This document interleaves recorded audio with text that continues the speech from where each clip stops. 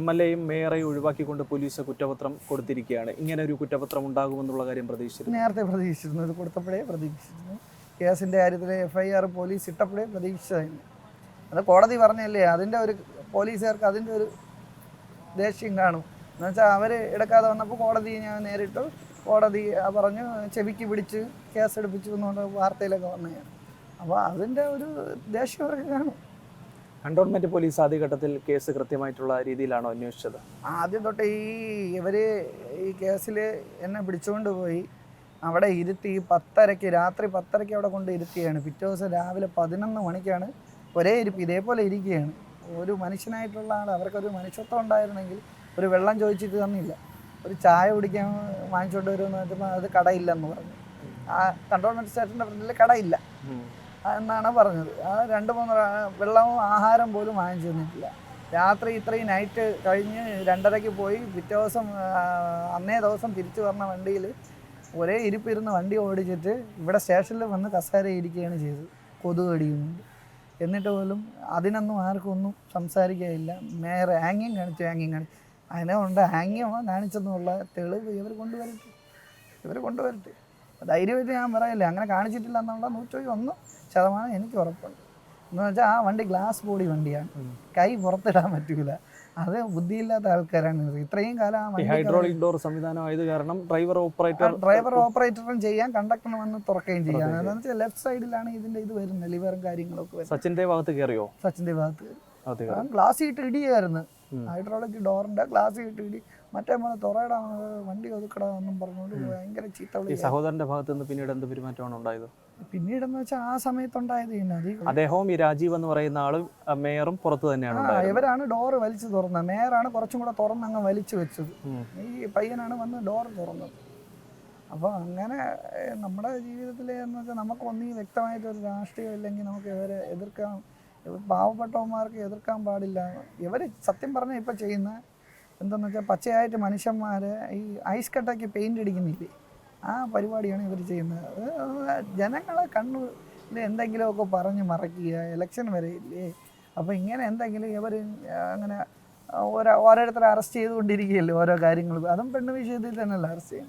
അപ്പോൾ അത് ഇവർക്ക് വല്ല ടാർഗറ്റ് വല്ലതും തയ്ക്കാൻ ഉണ്ടാവുമായിരിക്കും. അല്ലെങ്കിൽ ഇപ്പോൾ ആണുങ്ങൾക്കൊരു പ്രശ്നം വന്നു കഴിഞ്ഞാൽ അത് പ്രതികരിക്കാൻ പാടില്ല, പ്രതികരിച്ചു കഴിഞ്ഞാൽ ഉടനെ പെണ്ണ് വിഷയത്തിൽ കൊണ്ടെത്തിക്കുന്ന ഒരു സംവിധാനമാണ് ഇവരെ കാണിച്ചു വരുന്നതും ഞാൻ ഇപ്പൊ കണ്ടുവരുന്നതും ചാനലിലൂടെയൊക്കെ. ഏതോ എംപാനൽ വിഭാഗത്തിലായിരുന്നു ജോലി. അപ്പോൾ KSRTC-യിൽ നിന്നുള്ള ജോലി പോയ ശേഷം ഇപ്പൊ എന്താണ്?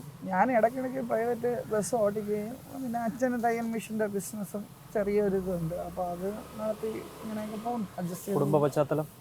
അച്ഛനും അമ്മ, ഞാൻ, മോൻ, ചേട്ടന്മാർ 2 പേരുണ്ട്. അവർ സെപ്പറേറ്റ് സഹോദരന്മാരെ വീട് വെച്ച് അങ്ങോട്ടാണ്. ഞാനും അച്ഛനും വയ്യാത്ത, അച്ഛന് 72 വയസ്സ്, അമ്മയ്ക്ക് 62, മോന് 8 വയസ്സായി. മോൻ്റെ 2.5 വയസ്സിലാണ് വൈഫ് പോകുന്നത്. അപ്പം അങ്ങനെ നമുക്ക് ആവശ്യത്തിലധികം വിഷമങ്ങളുള്ളതിൻ്റെ കൂട്ടത്തിൽ അവരും കൂടെ വലിയൊരു വിഷമവും നമ്മുടെ ഒരു ജോലി അന്നം മുട്ടിക്കുക എന്ന് പറഞ്ഞില്ലേ. അപ്പോൾ ഈ നിയമപരമായി ഏതറ്റം വരെയും മുന്നോട്ട് പോകാനുള്ള നമ്മുടെ ഭാഗത്ത് ന്യായം ഉണ്ടെങ്കിൽ നമ്മൾ പേടിക്കേണ്ട കാര്യമില്ല, ആരെയും പേടിക്കേണ്ട കാര്യമില്ല. നിയമപരമായിട്ട് കോടതിയെ മാത്രം നമ്മൾ പേടിച്ചാൽ കോടതി പോലീസുകാർ റിപ്പോർട്ട് കൊടുക്കണം നോക്കണ്ട. എന്ന് വെച്ചാൽ അവരങ്ങനെ കൊടുക്കുകയുള്ളൂ.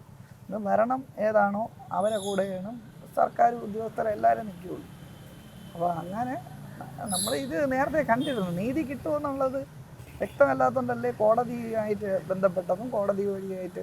കോടതി കൂടെ കോടതിയിൽ എന്തായാലും പാർട്ടിക്കാരെ തന്നെ എല്ലാം കാണുമല്ലോ, മനുഷ്യത്വമുള്ള ആൾക്കാർ കാണുമല്ലോ, ന്യായമായിട്ടുള്ള കാര്യം വിധി പറയാനും ഒക്കെ ഉള്ള ആൾക്കാരുണ്ടാവും.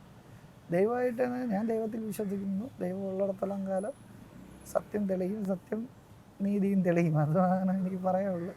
ഈ സ്വകാര്യ അന്യായം ഇതുമായി ബന്ധപ്പെട്ട് കോടതിയിൽ ഫയൽ ചെയ്തിട്ടുണ്ട്. അപ്പോൾ 6-ന് പോലീസ് മൊഴി രേഖപ്പെടുത്തും എന്നുള്ളതാണ് മനസ്സിലാക്കുന്നത്. പോലീസല്ല, നമ്മൾ കോടതിയിൽ ജഡ്ജിയാണ് നമ്മുടെ അന്ന് നടന്ന ഇൻസിഡന്റ് ചെല്ലാൻ പറഞ്ഞിട്ടുണ്ട്. ഇത്രയും കാര്യങ്ങൾ, എന്തൊക്കെ കാര്യങ്ങൾ ഇതേപോലെ ചോദിക്കും, ഞാൻ പറയും. അപ്പോൾ അത് രേഖപ്പെടുത്തിയിട്ട് അത് പോലീസിന് റിപ്പോർട്ട് കൊടുത്ത് അന്വേഷിക്കാൻ പറയും. അതാണ് പ്രൊസീജിയർ എന്ന് പറയുന്നത്. ബാക്കിയുള്ളത് അഡ്വക്കേറ്റിനെ അറിയുള്ളൂ. കോടതി കാര്യങ്ങളൊക്കെ വയ്ക്കും. ഇങ്ങനെയാണ് പറഞ്ഞത്. പിന്നെ അത് കഴിഞ്ഞ് 6ാമത്തെ പ്രതി കണ്ടക്ടറിനെ ആഡ് ചെയ്തിട്ടുണ്ട്. കണ്ടക്ടറും പ്രതിയാക്കിയിട്ടുണ്ട്. നമ്മളെ ഒരു ഇൻസിഡന്റിലുള്ള എല്ലാവരും ഉണ്ടെങ്കിൽ അരവിന്ദിന്റെ സഹോദരിയൊക്കെ പ്രതിപട്ടികയിൽ നിന്ന് ഒഴിവാക്കിയിട്ടുണ്ട്. മേയറും MLA-യും ഇല്ല, അരവിന്ദിനെ മാത്രമാണ് ഉൾപ്പെടുത്തിയിരിക്കുന്നത്. അപ്പോൾ വളരെ സുരക്ഷിതമായിട്ടുള്ള രീതിയിൽ കുറ്റപത്രം തയ്യാറാക്കി എന്നുള്ളതാണോ മനസ്സിലാക്കുന്നത്? ആണ് വെറും ഒരു പെറ്റി കേസ് മാത്രം, സീബ്ര ക്രോസിൽ വണ്ടി കൊണ്ടിട്ടു എന്നൊരു പെറ്റി കേസാണ്. ഞാനത് അന്വേഷിച്ചപ്പോൾ പറഞ്ഞതെന്ന് വെച്ചാൽ അരവിന്ദിൻ്റെ വൈഫിനെ ആംഗ്യം കാണിച്ചെന്നുള്ള രീതിയിലാണ് അവർ പറയുന്നത്. അരവിന്ദിൻ്റെ വൈഫിനെ ആംഗ്യം കാണിച്ചതിൻ്റെ രീതിയിൽ ഹസ്ബൻഡ് കൊണ്ട് വണ്ടി സീബ്ര ക്രോസിൽ ഇട്ടു. അത് മേയറിനൊന്നും അറിഞ്ഞുകൂടാ എന്നാണ് മേയർ പറയുന്നത്. അവർ വണ്ടി തടഞ്ഞിട്ടില്ലെന്നാണ് പറയുന്നത്. എല്ലാവരും കണ്ണുകളോടെ കണ്ട കാര്യമാണ് വണ്ടി തടഞ്ഞതും ഇറങ്ങട എന്നൊക്കെ പറഞ്ഞ് ആക്രോശിക്കുന്നത്. ഇവരെ ആ ഒരു ധാർഷ്ട്യം എല്ലാവരും കണ്ടേ. എന്നിട്ട് പറയണത് അത് നേരെ തിരിഞ്ഞിട്ട് അനിയനാണ് ഇങ്ങനെ ചെയ്തത്, അനിയൻ്റെ വൈഫിനെ ആംഗ്യം കാണിച്ചുകൊണ്ട് അനിയൻ വന്ന് ചോദിച്ചെന്നുള്ള രീതിയിലാണ് കേസ് വരാനുള്ള സാധ്യത. അങ്ങനെ ആയിരിക്കും പോലീസ് ക്രിയേറ്റ് ചെയ്തിരിക്കുന്നതെന്നാണ് എൻ്റെ ഒരു കണക്കുകൂട്ട്. ഏറ്റവും പുതിയ വാർത്തകളും വിശേഷങ്ങളും വിരൽ തുമ്പിലറിയാൻ സീ മലയാളം ന്യൂസ് എല്ലാ ഡിജിറ്റൽ പ്ലാറ്റ്ഫോമുകളിലും ലഭ്യം.